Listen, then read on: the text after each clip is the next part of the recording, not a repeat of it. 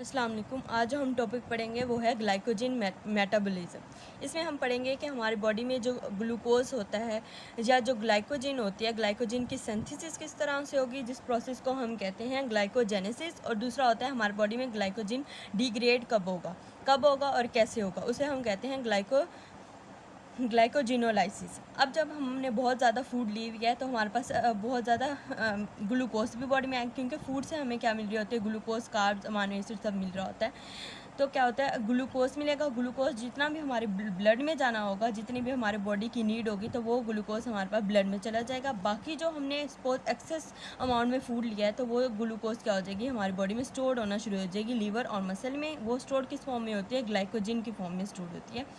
और ये glycogen store हो जाएगी। मतलब अगर ग्लूकोज बहुत ज़्यादा है तो वो ग्लाइकोजन की फॉर्म में स्टोर हो जाएगा। या अगर हम जैसे फूड नहीं ले रहे, बहुत सारे घंटे हो गए हैं हम फूड नहीं ले रहे, तो यही ग्लाइकोजन क्या होता है, टूट के हमें ग्लूकोज देना शुरू हो जाती है। और वही ग्लूकोज फिर हम बॉडी में यूज़ करते हैं जब फास्टिंग कंडीशन होती है।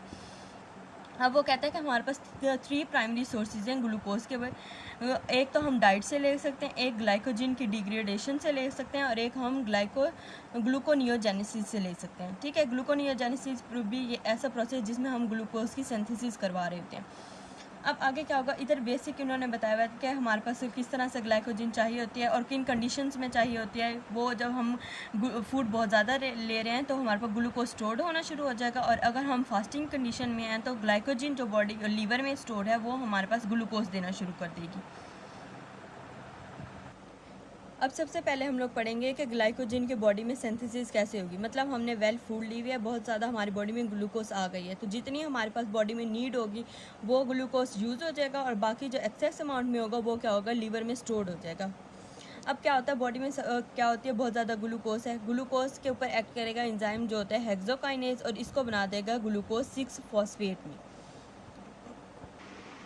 अब क्या होती है, जो फूड से हमें ग्लूकोज मिली होती है उससे हमें क्या करना होता है, जो भी प्रोसेस हमारे पास ग्लूकोज से स्टार्ट होती है, सबसे पहले ग्लूकोज की फॉस्फोराइलेशन होती है। अब ग्लूकोज हमारे पास इसके ऊपर एक्ट करेगा एंजाइम जिसके हम हेक्सोकाइनेज कहते हैं। हेक्सोकाइनेज क्या करेगा, इसके कार्बन नंबर 6 पे फॉस्फेट को ऐड करवा देगा, तो ये बन जाएगा ग्लूकोज 6 फॉस्फेट। अब क्या होता है, एक और एंजाइम आता है जो होता है फोस्फोग्लूकोम्यूटेज। ये एंजाइम जो होता है ये फॉस्फोराइलेटेड होता है। पहले इसके पास क्या होता है, अपने ही स्ट्रक्चर में फॉस्फेट होता है। ये क्या करवाएगा, ग्लूकोज 6 फॉस्फेट के कार्बन नंबर 1 पे भी क्या कर देगा, फॉस्फेट को ऐड कर देगा, और ये बन जाएगा glucose 1,6 bis phosphate. Glucose 1,6 bis phosphate. अब क्या हो जाएगा, ये एंजाइम जब इसने अपना ये वाला फॉस्फेट इसको दे दिया तो ये खुद क्या बन गया, सिर्फ फॉस्फोग्लूकोम्यूटेज। अब अगले स्टेप में क्या होगा, अगले स्टेप में हमारे पास यही वाला जो एंजाइम होता है वो आएगा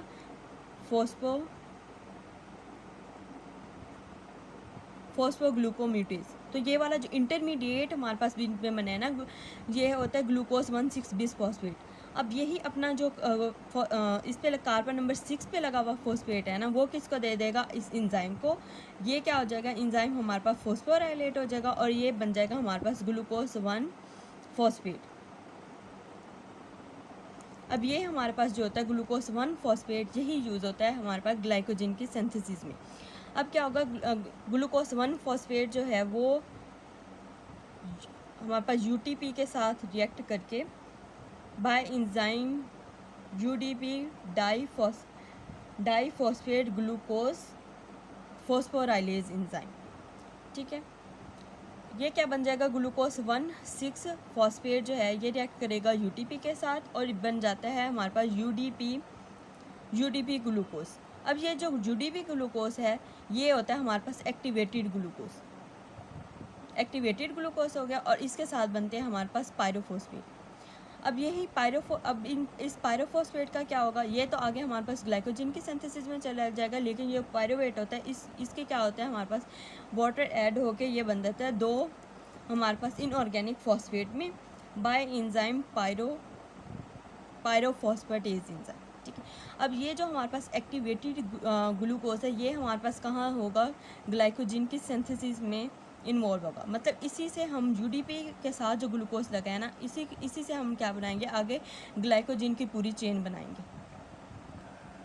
अब ये हमारे पास स्ट्रक्चर था, जैसे ग्लूकोज 1 फॉस्फेट था और ये था यूटीपी। यूटीपी क्या होता है, हमारे पास यूरेडाइन ट्राइफॉस्फेट, इस पे 3 फॉस्फेट हैं। अब क्या होगा, ये वाला ग्लूकोज 1 फॉस्फेट और ये वाला यहाँ तक क्या होता है, आपस में मिल जाते हैं, और ये जो 2 निकलते हैं ये होता है हमारे पास पायरोफॉस्फेट, जो कि इधर दिखाया हुआ है पायरोफॉस्फेट, ठीक है। और ये जो बन गया ये क्या हो गया, यूडीपी के साथ, मतलब ये जो यूडीपी था इसके साथ ग्लूकोज अटैच हो गया, तो ये क्या बन गया, यूडीपी ग्लूकोज। और ये जो पायरोफॉस्फेट है इसके ऊपर एंजाइम एक्ट करेगा पायरोफॉस्फेटेज, और ये क्या हो जाएगा, 2 इनऑर्गेनिक फॉस्फेट के तौर पर रिलीज हो जाएगा। अब आगे हमारे पास